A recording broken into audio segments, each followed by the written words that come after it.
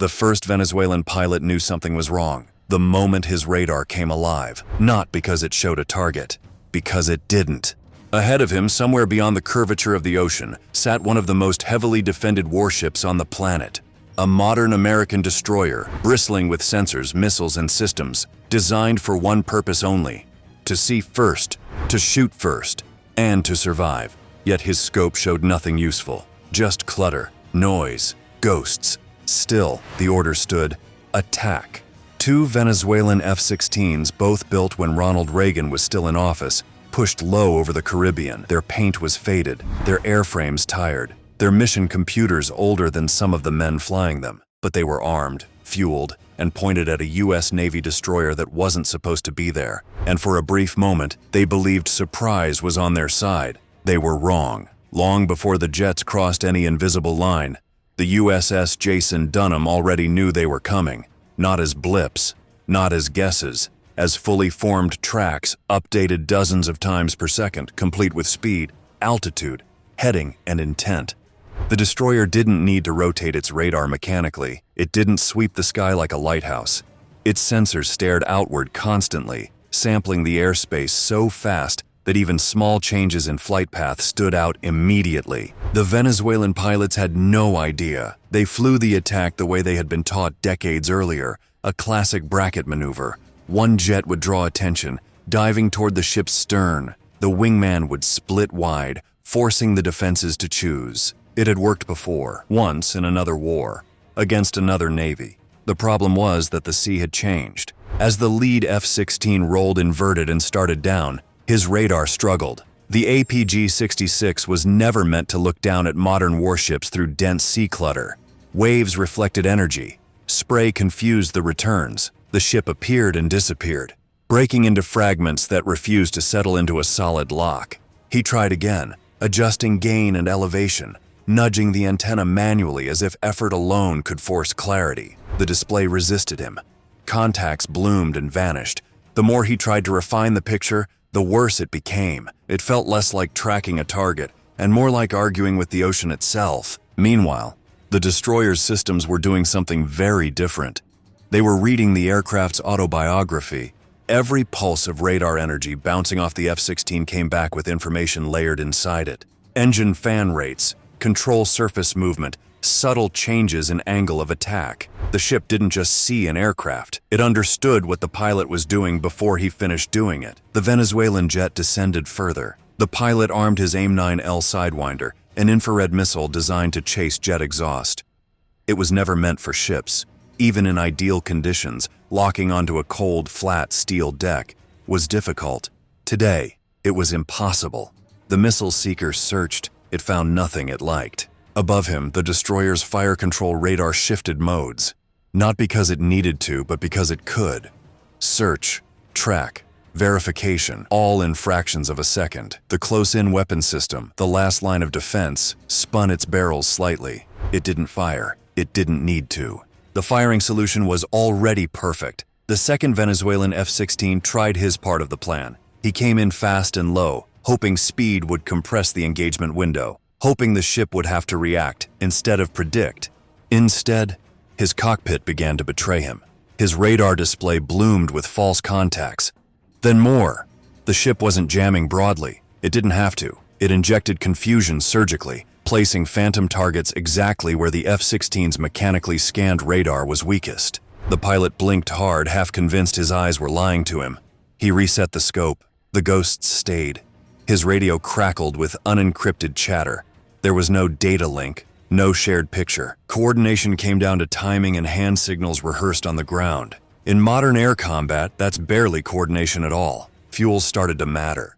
High-speed attack runs burn fuel fast, especially when afterburners are used to compensate for uncertainty. Each pass ate into reserves that could not be replaced. These jets weren't flying with tankers nearby. There was no margin. They pressed on anyway. On the destroyer, nobody raised their voice. Operators watched, systems logged, intelligence collectors recorded every emission, every frequency, every mistake. Somewhere beyond the horizon, other platforms were listening too. High above, radar aircraft mapped the engagement. Far below, sensors picked up communications and electronic signatures. The Venezuelan pilots were fighting a war inside a fishbowl, and they didn't know it yet. What made it worse was how uneven the fight actually was. The Venezuelan pilots were reacting to what they could see or thought they could see. The destroyer, meanwhile, was reacting to things that hadn't happened yet. Subtle throttle changes, tiny corrections in roll and pitch, even hesitation showed up as data. Every time one of the F-16s adjust course, the ship's systems recalculated, not slowly, instantly. Engagement zones shifted, threat priorities updated. It wasn't dramatic, but it was relentless, like playing chess against an opponent who already know your next 3 moves. Inside the cockpit, the stress built quietly. There was no clear enemy to focus on, no single sensor to trust. The radar lied.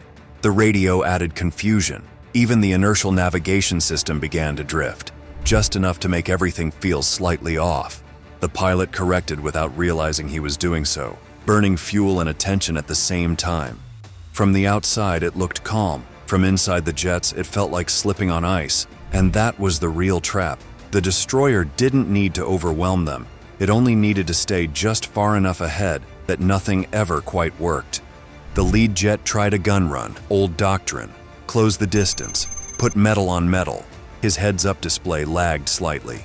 The inertial navigation system drifted just enough to matter. Salt air had not been kind to aging connectors and antennas. The ship responded by doing nothing visible. No missile launch, no dramatic flare, just continuous tracking. The Sea Whiz tracked the F-16 smoothly as it crossed into its engagement envelope. The gun didn't fire, but the solution was there, waiting. 6 barrels. Thousands of rounds per minute, capable of turning aircraft into fragments in seconds. The pilot felt it, not physically, psychologically, the sense that he was being watched in a way he could not return. He broke off. Both jets regrouped at distance, fuel gauges now uncomfortably low. Instruments flickered. One altimeter hesitated before settling. A warning light blinked, then went dark again. They tried again. Same result. Every pass produced more confusion, more electronic interference, more system instability. The destroyer adapted continuously, shifting frequencies thousands of times per second, staying ahead of any attempt to lock or aim. Each maneuver the pilots attempted felt like it had already been anticipated, already countered, before it fully developed. At no point did the American ship need to fire. That was the lesson. Eventually, the Venezuelan pilots did the only thing left to them. They turned away. The retreat wasn't dramatic. No chase, no missiles in pursuit, just 2 aging fighters climbing back toward friendly airspace, fuel critically low, mission empty.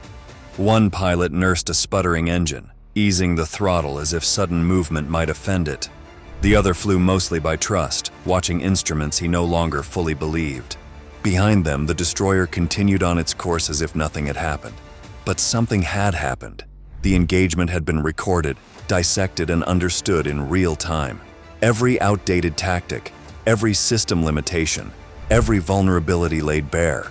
Not long after, advanced U.S. aircraft, including F-35 Lightning II fighters, appeared in the region.